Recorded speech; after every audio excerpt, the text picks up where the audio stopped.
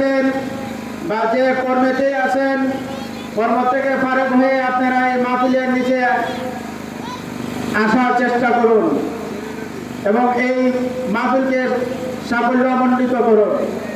এ পর্যায়ে আপনাদের সম্মুখে সংক্ষিপ্ত বয়ান নিয়ে আসেন মৌলভী আব্দুল শহীদ বিন আব্দুর রহিম সাহেব, সদস্য অর্থ পরিষদ।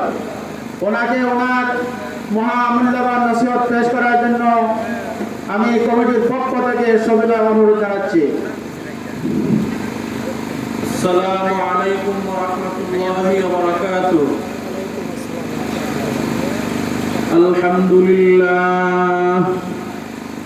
আলহামদুলিল্লাহি ওয়া কাফা ওয়া সালামুন আলা ইবাদিহিল্লাযীনা ইসতাফা।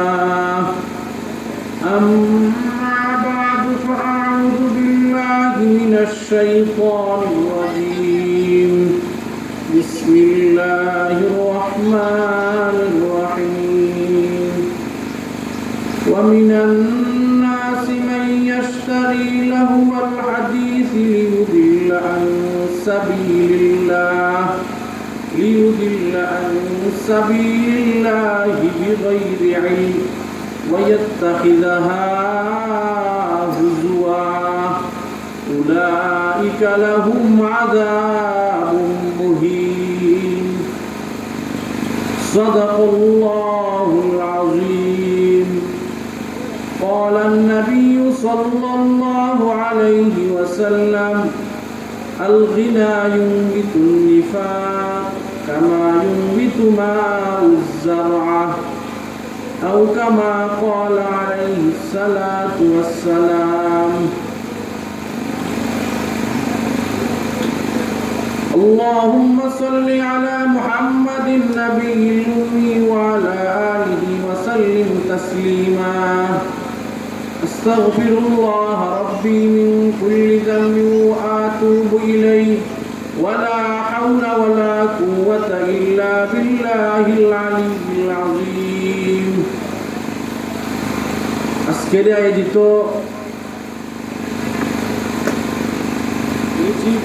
রিচি কুরআন সুন্নাহ সংরক্ষণ পরিষদের সম্মানিত সভাপতি, ইসলাম প্রেমিক, ধর্মপ্রেমিক, দিন প্রেমিক যুবক ভাইয়েরা ও আমার পর্দানিশীন মা ও বোনেরা, আমি আপনাদের সামনে একখানা বিষয় নিয়ে আলোচনা করার চেষ্টা করব। আমা তৌফিক ইল্লা বিল্লাহ। বিষয়টা হলো গান বাজনা পরিণতি কি হয়। আসলে ইসলামের দৃষ্টিতে গান বাজনা জায়েজ কিনা। আমি আপনাদের সামনে একখানা আয়াত তেলাওয়াত করেছি। সূরা লুকমানের 6 নম্বর আয়াতে আল্লাহ পাক আলোচনা করেছেন গান বাজনা নিয়ে।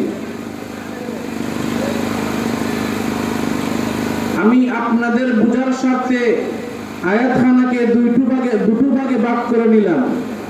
1 নম্বর পয়েন্ট হলো ওয়ামিনান নাসি মান ইয়াশতারি লাহুল হাদিস লিয়ুদিল্লা আন সাবিলিল্লাহি বিগাইরি ইলম ওয়া ইয়াত্তাখিযাহা হুজুয়া। এটা হলো আয়াতের প্রথম অংশ। আয়াতের দ্বিতীয় অংশ হলো উলাইকা লাহুম আযাবুম মুহিন। প্রথম অংশে আল্লাহ পাক গান বাজনাকে হারাম করেছেন এবং কোন ধরনের গান বাজনা হারাম সেটার আলোচনা করেছেন। আর 2 নম্বর অংশে তাদের পরিণতি কি হবে তার আলোচনা করা হয়েছে। তো আমরা মূল বক্তব্য শোনার আগে আয়াতের শানে নুজুল খান জেনে নিই। যখন নবী করিম সাল্লাল্লাহু আলাইহি ওয়াসাল্লাম ইসলামের দাওয়াত দিতে লাগলেন,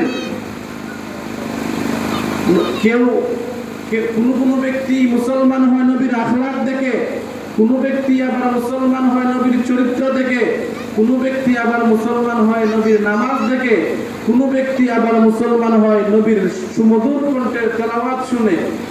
যখন দেখা গেল নবীর তেলাওয়াতের এত প্রভাব পড়ে গেল মানুষের উপর, মানুষ ধীরে ধীরে ইসলামের দিকে দাবিত হতে লাগলো, তখনকার 4 লিটার উতবা, সাইবা, আবু লাহাব এই 4 লিটার পরামর্শ করলো কি করে মুহাম্মদের তেলাওয়াত থেকে বিরত রাখা যায় মানুষকে, সেটা তার জন্য মিটিং বসালো। মিটিংয়ে সিদ্ধান্ত হলো যে মদিনার মধ্যে একজন গায়িকা আনা হবে, আর সেই গায়িকা গান গেয়ে আমাদের শোনাবে। তাহলে আর হয়তো মনে হয় মুহাম্মদের তেলাওয়াত কেউ শুনবে না। কোন গায়িকা কোথায় পাবো? তখনকার বিখ্যাত ব্যবসায়ী নদর ইবনে হারেসের নিকট 4 লিটার গেল, গিয়ে বলল, আমরা একখানা পরামর্শ করেছি যে কিভাবে মুহাম্মদের কাছ থেকে মানুষকে সরানো যায়। তখন নদর ইবনে হারেস বলল, কি পরামর্শ, কি সিদ্ধান্ত? তখন আবু লাহাব, আবু জাহেল, উতবা সাহেবা বলল, তুমি আমাদেরকে একখানা গায়িকা খরিদ করে দিবে এবং গায়িকা যে ফুটি পরে ফুটি খরিদ করে দিবে, আর সেটা আমরা মক্কার মধ্যে প্রচলন করব। হয়তো আর মুহাম্মদের সুমধুর কণ্ঠের তেলাওয়াত আর কেউ শুনতে যাবে না। এটা হলো আয়াতের শানে নুজুল। এখন আমরা বুঝিনি কোন ধরনের গান বাজনা হারাম। প্রথম অংশে আল্লাহ পাক গান বাজনার আলোচনা করেছেন এবং গান বাজনাকে হারাম করেছেন। সূরা লুকমানের 6 নম্বর আয়াতে আল্লাহ পাক বলেন, وَمِنَ النَّاسِ مَن يَشْتَرِي لَهْوَ الْحَدِيثِ لِيُضِلَّ عَن سَبِيلِ اللَّهِ بِغَيْرِ عِلْمٍ وَيَتَّخِذَهَا هُزُوًا أُولَئِكَ لَهُمْ عَذَابٌ مُهِينٌ। লাহুয়াল হাদিস দ্বারা গান বাজনাকে হারাম করা হয়েছে। এই ব্যাপারে 27 জন মুফাসসিরিনে কেরাম একমত। যার মতো মুফাসসির ইতিপূর্বে ছিল না, বর্তমানেও নাই, ভবিষ্যতে জন্ম হবে না। আব্দুল্লাহ ইবনে আব্বাস রাদিয়াল্লাহু তাআলা আনহুকে জিজ্ঞাসা করা হলো, লাহুয়াল হাদিস দ্বারা কি উদ্দেশ্য? তিনি বলেন, লাহুয়াল হাদিস দ্বারা গান বাজনার উদ্দেশ্য। আব্দুল্লাহ ইবনে উমর রাদিয়াল্লাহু তাআলা আনহুকে জিজ্ঞাসা করা হলো, লাহুয়াল হাদিস দ্বারা কি উদ্দেশ্য? আব্দুল্লাহ ইবনে উমর রাদিয়াল্লাহু তাআলা আনহু বললেন, লাহুয়াল হাদিস দ্বারা গান বাজনার উদ্দেশ্য। তাফসিরে ইবনে কাসিরের মধ্যে ইবনে কাসির রাহমাতুল্লাহি আলাইহি স্পষ্টভাবে উল্লেখ করেছেন লাহুয়াল হাদিস দ্বারা গান বাজনার উদ্দেশ্য। তাফসিরে কাকুতুবির মধ্যে ইমাম কুতুবী রাহমাতুল্লাহি আলাইহি স্পষ্ট ভাষায় উল্লেখ করেছেন লাহুয়াল হাদিস দ্বারা গান বাজনার উদ্দেশ্য। আমাদের মাযহাবের 4 ইমাম, ইমাম আবু হানিফা, হাম্বল, এই ধরনের আমাদের মাযহাবের 4 ইমামের একমত যে লাহুয়াল হাদিস দ্বারা গান বাজনার উদ্দেশ্য। কোন ধরনের গান বাজনা হারাম? যেই গানের মধ্যে অশ্লীলতা রয়েছে, পর্দার খেলাফ আচরণ রয়েছে, বেপরদা রয়েছে, গীবত রয়েছে, শেখায়ত রয়েছে, মিথ্যা কথা রয়েছে, কুফরি রয়েছে, শিরিক রয়েছে, এই ধরনের গান বাজনা সম্পূর্ণরূপে হারাম। লাহুয়াল হাদিস দ্বারা এই ধরনের গান বাজনাকে হারাম করা হয়েছে। 2 নাম্বার হইল, বর্তমানে ইসলামী সঙ্গীতের মধ্যে গান বাজনা বাজানো হয়। কিছু কিছু সঙ্গীতের মধ্যে বেলা বাজানো হয়। যদি ইসলামী সঙ্গীত শুনে চাই শানে রাসূল হোক তো শানে আল্লাহ হোক, যদি বাজনা সহকারে বাজানো হয়, লাহুয়াল হাদিস দ্বারা 2 নাম্বার প্রকারকেও হারাম করা হয়েছে। এবার বলুন তো, গান বাজনা হারাম কি আমি করেছি না কুরআন করেছে? গান বাজনা কি আমি হারাম করেছি না হাদিস করেছে? আল গিনা ইউনবিতুন নিফাক ফি কলবি কামা ইউনবিতু মাউজ যারা। আল গিনা ইউনবিতুন নিফাক, গান বাজনা হলো এটা নেফাকি। ফি কলবি, কলবের মধ্যে নেফাক সৃষ্টি করে। গান বাজনা কলবের মধ্যে নেফাক সৃষ্টি করে। রাসূলুল্লাহ সাল্লাল্লাহু আলাইহি ওয়াসাল্লাম বর্তমানে গান বাজনা বাজানো হয় মাজারের মধ্যে, গান বাজনা বাজানো হয় মাজারের মধ্যে। তারা কি বলে? তারা জিকির, তারা গান বলে না, তারা বলে জিকির। গানটা কি বলে? আল্লাহর দন নবীকে দিয়া, নবী গেলেন গায়েব হইয়া, নবীর দন খাজা পাইয়া, শুইল দেখি আজমিরে, কেউ পিরে না খালি হাতে, খাজা তোমার দরবারে কেক কুক চিল্লাইয়া সমাজ নষ্ট। হাদিসের এই সেটা কথাটা বলেছে, তার মর্ম কি সেটা বোঝা দরকার। সাধারণ জনগণ তো তার অর্থ বোঝে না, মর্ম বোঝে না, তারাও লাফায়। অথচ সূরা মুজাম্মিলের 9 নম্বর আয়াতের মধ্যে আল্লাহ পাক বলেন, আমার দন আমি কাউকে দেই নাই। তাহলে সে কুরআন বিরোধী, হাদিস বিরোধী। আর যেই কথা হাদিস বিরোধী, কুরআন বিরোধী, তার কথা কোনোদিন কোন মুসলমান সেটা গ্রহণ করতে পারে না। যদি কোনো ব্যক্তি সে গানকে অন্তর থেকে মেনে নেয়, নিঃসন্দেহে কাফের হয়ে যাবে। বর্তমানে একদল বন্ধ বের হয়েছে বাউল নামে। তারা কি বলে? গান বাজনা দ্বারা নাকি আত্মশুদ্ধি হয়। তারা কি বলে? গান বাজনা দ্বারা নাকি আত্মশুদ্ধি হয়। পর্দার খেলাফ করে নাচানাচি করার দ্বারা নাকি আত্মশুদ্ধি হয়। সুদ খাওয়ার দ্বারা, ঘুষ খাওয়ার দ্বারা, মদ খাওয়ার দ্বারা, এবা খাওয়ার দ্বারা, বাবা খাওয়ার দ্বারা নাকি আত্মশুদ্ধি হয়। আমি ওই ব্যাকুবদেরকে স্পষ্ট ভাষায় বলতে চাই, যদি গান বাজনা দ্বারা আত্মশুদ্ধি হতো, কুরআনের মধ্যে আল্লাহ পাক বলতেন না, লাহুল হাদিস লিউদিল্লা আন সাবিলিল্লাহি বিগাইরি ইলম ওয়া ইয়াত্তাখিযাহা হুজওয়া উলাইকা লাহুম আযাবুম মুহিন। যদি গান বাজনা দ্বারা আত্মশুদ্ধি হতো, হাদিসের মধ্যে রাসূল বলতেন না, আল গিনা ইউনবিতুন নিফাক ফি কলবি কামা ইউনবিতু মাউজ যারা। যদি পুরুষ মহিলা একত্র হয়ে পর্দার খেলাফ আচরণ করার দ্বারা আত্মশুদ্ধি হতো, কুরআনের মধ্যে আল্লাহ পাক বলতেন না, ওয়াকরনা ফি বুয়ুতিকুন্না ওয়ালা তাবাররাজনা তাবাররুজাল জাহিলিয়াতিল উলা।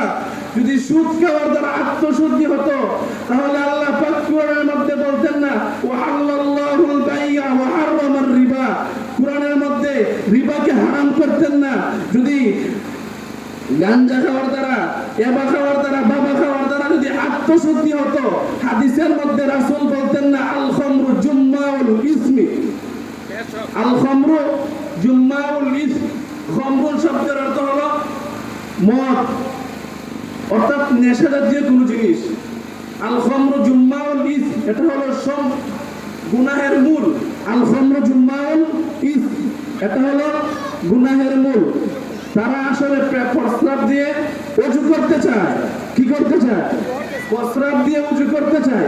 এবার বলুন তো, প্রস্রাব দিয়ে কি তাহারাত হাসিল হয়? কেন? সেটা নাফাক জিনিস।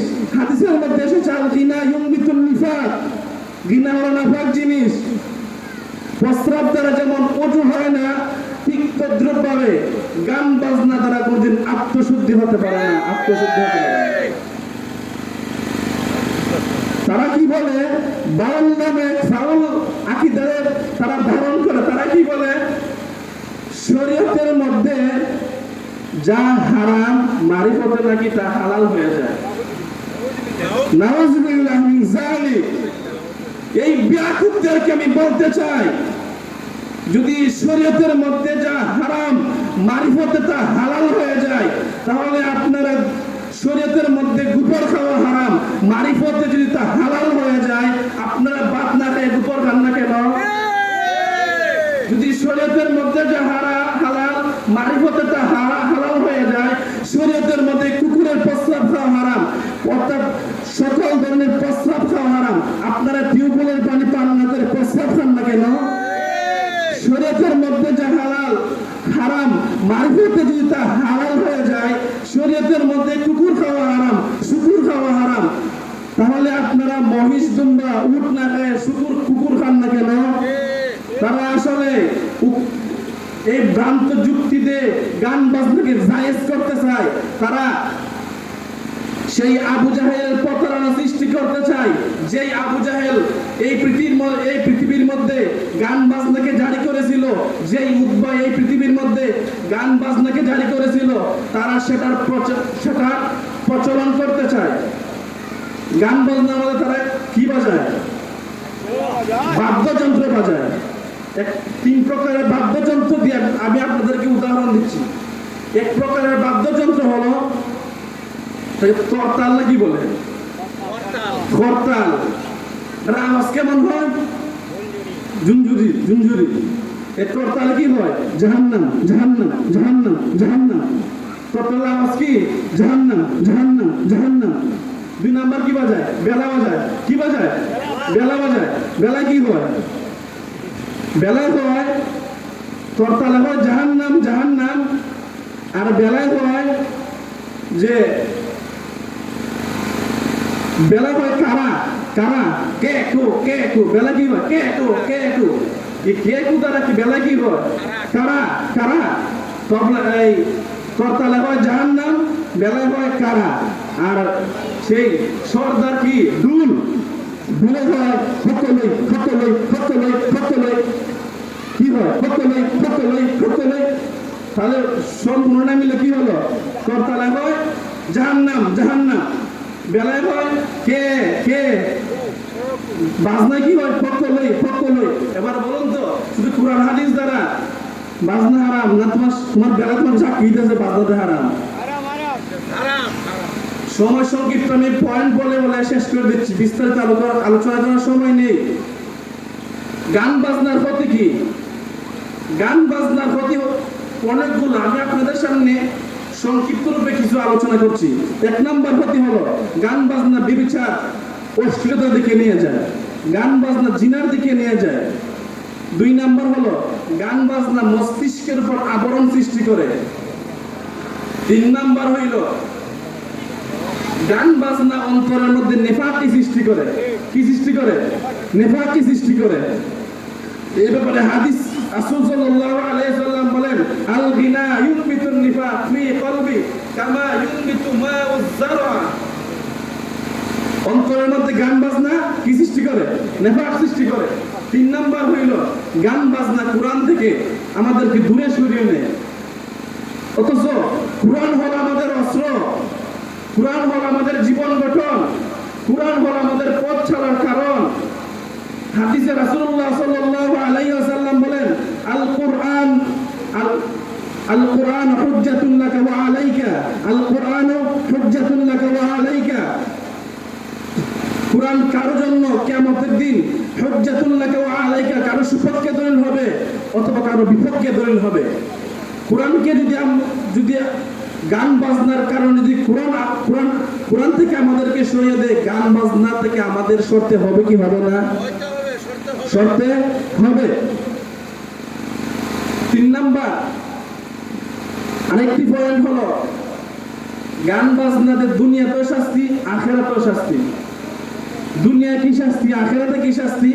রাসূলুল্লাহ সাল্লাল্লাহু আলাইহি ওয়াসাল্লাম হাদিসের মধ্যে বলেন, যারা দুনিয়ার মধ্যে গান বাজনা করবে অথবা গান বাজনার অনুসরণ করবে, অনুকরণ করবে, গান বাজনা হওয়ার জন্য সহযোগিতা করবে, গান বাজনা হওয়ার জন্য জায়গা জমি তাকে দিবে, তাদের ব্যাপারে রাসূল স্পষ্ট ভাষায় ঘৃণিতভাবে বলেছেন, জাআলাল কিরদুন, তাদেরকে বানর রূপে আকৃতি করে দেওয়া হবে। জাআলাল কিরদুন, তাদেরকে বানরের আকৃতি করে দেওয়া হবে। দুনিয়াতে তাদের শাস্তি কি? তাদেরকে শূকর বানরের মতো বানানো হবে। এবং দুনিয়ার মধ্যে ভূমিধস হওয়ার কারণ কি? দুনিয়ার মধ্যে ভূমিধস হওয়ার কারণ রাসূল হাদিসের মধ্যে বলেছেন, যারা গান বাজনা করে তাদের কারণে দুনিয়ার মধ্যে ভূমিধস হয়ে থাকে। যারা গান বাজনা করে তাদের কারণে দুনিয়ার মধ্যে ভূমিধস হয়ে থাকে। আখিরাতে তাদের কি শাস্তি হবে? আখিরাতে তাদের শাস্তি, কানকে জিজ্ঞাসা করা হবে। হে, আখিরাতের মধ্যে যখন আল্লাহ পাক সকলকে দাঁড় করাবেন কিয়ামতের ময়দানে, তখন কান সাক্ষী দিবে, হাত সাক্ষী দিবে, হাতের আঙ্গুল সাক্ষী দিবে, মুখ সাক্ষী দিবে, জিহ্বা সাক্ষী দিবে, মাথা সাক্ষী দিবে, ব্রেন সাক্ষী দিবে, পা সাক্ষী দিবে। তখন আল্লাহ পাক জিজ্ঞাসা করবেন, কানকে জিজ্ঞাসা করবেন, তুমি তোমার যে কান, তুমি কান দ্বারা কি শুনেছো? তখন কান তুমি যা শুনেছো, গান বাদ্য শুনেছো, কান স্পষ্ট ভাষায় বলে দিবে। তুমি চক্ষু দ্বারা কি করেছো? যখন প্রশ্ন করা হবে চক্ষুকে, স্পষ্ট ভাষায় চক্ষু বলে দিবে, আমার দ্বারা বেগার নারীকে দেখা হয়েছে, আমার দ্বারা অশ্লীলতা করা হয়েছে, আমার দ্বারা চোখের জিনা হয়েছে।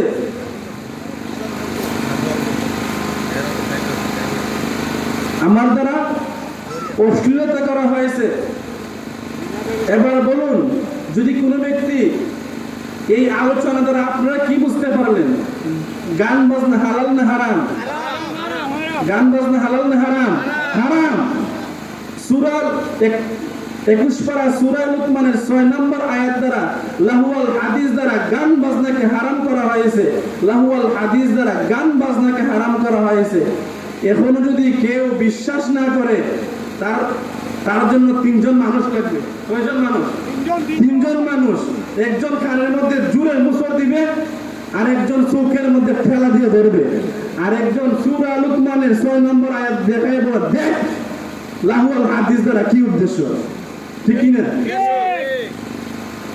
অতএব আমাদেরকে সকল ধরনের অশ্লীলতাকে হেফাজত করে থাকতে হবে। আল্লাহ পাক আমাদেরকে অশ্লীলতা থেকে, সকল প্রকার গুনাহ থেকে, গান বাদ্য থেকে আল্লাহ পাক আমাদেরকে হেফাজত করুন। আমিন। নাসরুম মিনাল্লাহি ওয়া ফাতহুন কারীম ওয়া বাশশিরিল মুমিনিন। আসসালামু আলাইকুম ওয়া রাহমাতুল্লাহি ওয়া বারাকাতুহু।